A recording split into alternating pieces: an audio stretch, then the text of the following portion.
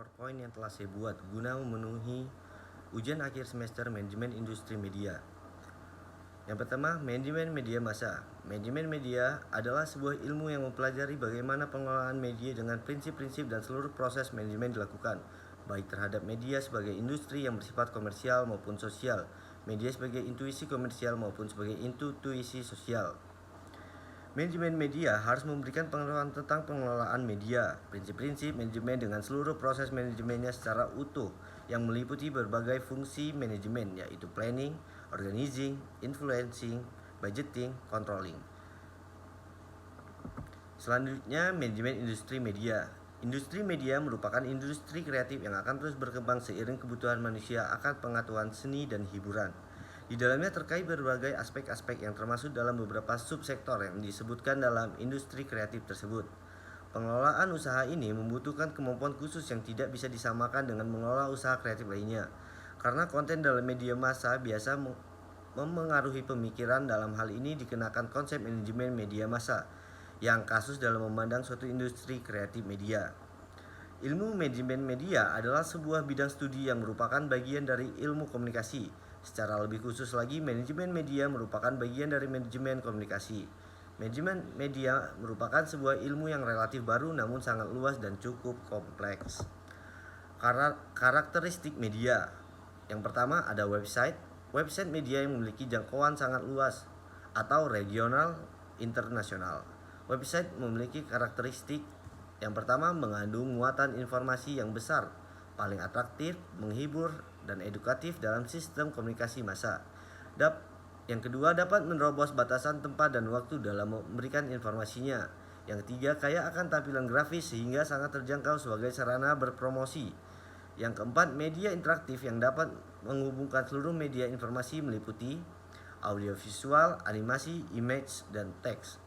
Media radio, karakteristik, auditori, aktual, imajinatif, akrab, dan gaya bicara mobilitas. Media televisi. Televisi sebagai salah satu media massa penyiaran secara luas digunakan sebagai sumber informasi tentang berbagai macam kejadian terkini.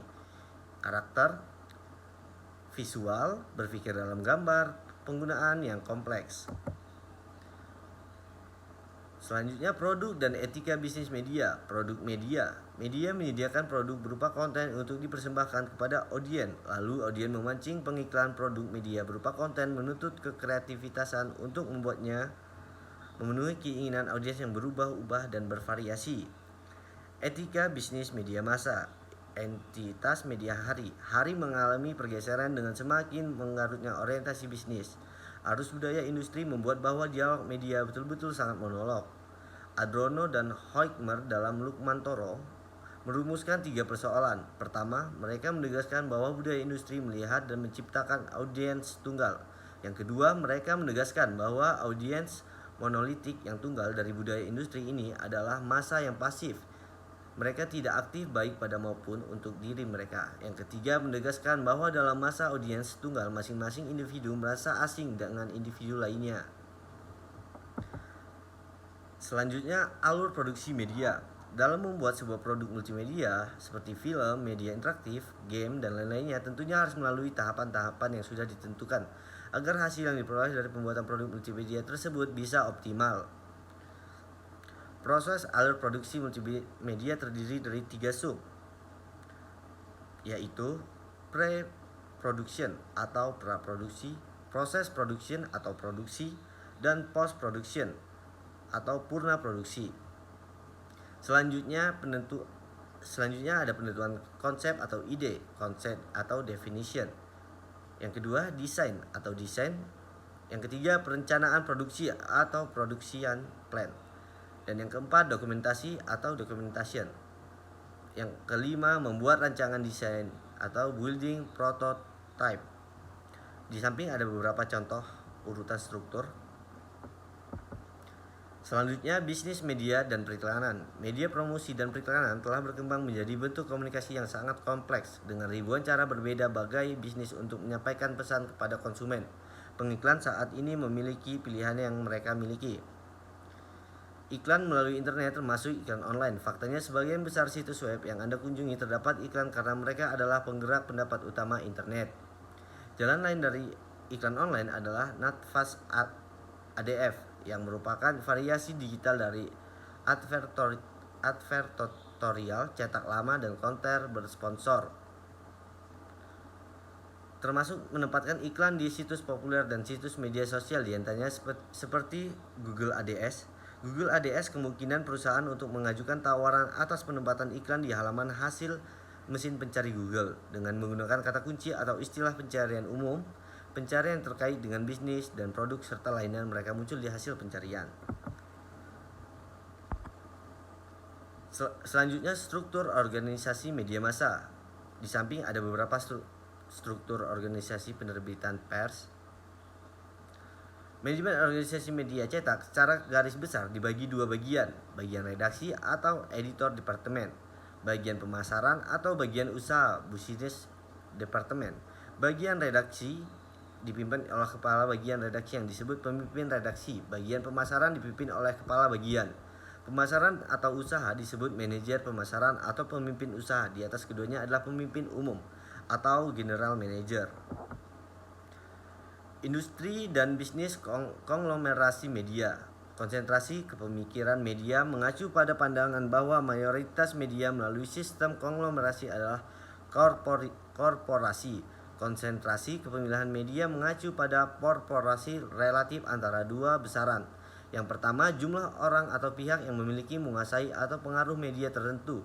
Dan kedua, jumlah orang atau pihak yang terkena dipengaruhi oleh medium itu. Secara keseluruhan, ukuran dan kekayaan menentukan pasar keragaman kedua media output dan kepemilikan media. Selanjutnya, industri dan bisnis konglomerasi media di Indonesia. Berbagai regulasi media di Indonesia juga berperan sangat penting dalam pertumbuhan dan ekspansi bisnis kelompok Kompas, Gramedia, konglomerasi media, regulasi anti monopoli, aturan kepemilikan media, produksi dan distribusi produk media yang ketat akan pengaruh dan sektor pertumbuhan industri. Perusahaan-perusahaan nasional yang portofolio bisnisnya mencakup investasi di infrastruktur komunikasi sebagaimana investasi mereka pada televisi, radio, media cetak online, atau tulisan Tapsel menjabarkan istilah itu. Mereka inilah yang menuntut Tapsel mendominasi lanskap media Indonesia mutakhir yang semakin menjadi alam oligopoli. 8 perusahaan ini adalah CT Corp milik Chairul Tanjung, Global Mediacom milik Heri Tansorbojo, MTech milik Edi Kusnadi, Visi Media Asia milik Bakri, Grup Media milik Surya Paloh, Berita atau Media Holding milik keluarga Riyadi, Jawa Pos milik Dahlan Iskan, dan Kompas Gramedia milik Jacob Oetama. Masa depan media Indonesia. Perilaku media massa, khususnya televisi, dalam memberitakan berita-berita pemilu 2014 merupakan salah satu bentuk bencana media yang terjadi di negara ini. Keberpihakan televisi terhadap salah satu kandidat, baik itu dalam pemilihan calon anggota legislatif maupun calon presiden, menjadi pemicu munculnya bencana media ini. Televisi yang seharusnya netral dan menjadi sumber informasi yang benar bagi masyarakat ternyata netralitasnya sudah mulai luntur. Secara terang-terangan, televisi justru menyajikan informasi-informasi yang memihak. Selama masa kampanye dalam pemilu presiden kemarin, beberapa stasiun televisi secara terang-terangan memuji calon presiden yang mereka dukung dan menyampaikan berita negatif dari calon presiden lawannya. Perilaku beberapa stasiun televisi membawa imbas pada menurunnya kepercayaan masyarakat terhadap kebenaran berita yang ditayangkan oleh televisi. Manajemen media massa dalam perkembangan neomedia. Pada era modern, pengelolaan media massa membutuhkan investasi yang cukup besar. Kondisi ini mencaratkan bisnis media massa hanya dilakukan para pemilik modal serta yang memiliki akses kepada lembaga keuangan untuk menopang keberlanjutan usaha. Investor menginvestasikan dana untuk mengembangkan perusahaan serta memperkuat diri dalam menghadapi persaingan bisnis. Ciri dari neomedia, desentralisasi atau pengadaan dan pemilihan berita tidak lagi sepenuhnya berada di tangan komunikator. Yang kedua, kemampuan tinggi atau pengantaran melalui kabel atau satelit, mengatasi hambatan komunikasi yang disebabkan oleh pemancar siaran lainnya. Yang ketiga, komunikasi timbal balik atau komunikan dapat memilih, menjawab kembali, menukar informasi dan dihubungkan dengan penerima lainnya secara langsung. kelenturan atau fleksibilitas bentuk, isi, dan penggunaan. Komodifikasi media. Dalam konteks media, hal-hal berkaitan dengan komodifikasi mencakup konten atau isi, media, jumlah audiens atau khalayak, dan perolehan iklan yang menjadi sumber pemasukan media. Bagaimana membuat konten yang komersial, bagaimana mengejar jumlah audiens, bagaimana mendapatkan iklan yang banyak. Dampak dari komunikasi. Yang pertama, logika ekonomi selalu menentukan, struktur pemilik media mengarah ke monopoli. Yang ketiga, konten dan khalayak dijadikan komoditas. Yang keempat, keanekaragaman menurun. Yang kelima, oposisi dan suara alternatif terpinggirkan. Yang keenam, kepentingan publik dalam komunikasi disampingkan demi kepentingan kelompok tertentu. Yang ketujuh, akses dan keuntungan komunikasi tidak merata. Mungkin sekian yang dapat saya sampaikan. Terima kasih. Assalamualaikum warahmatullahi wabarakatuh.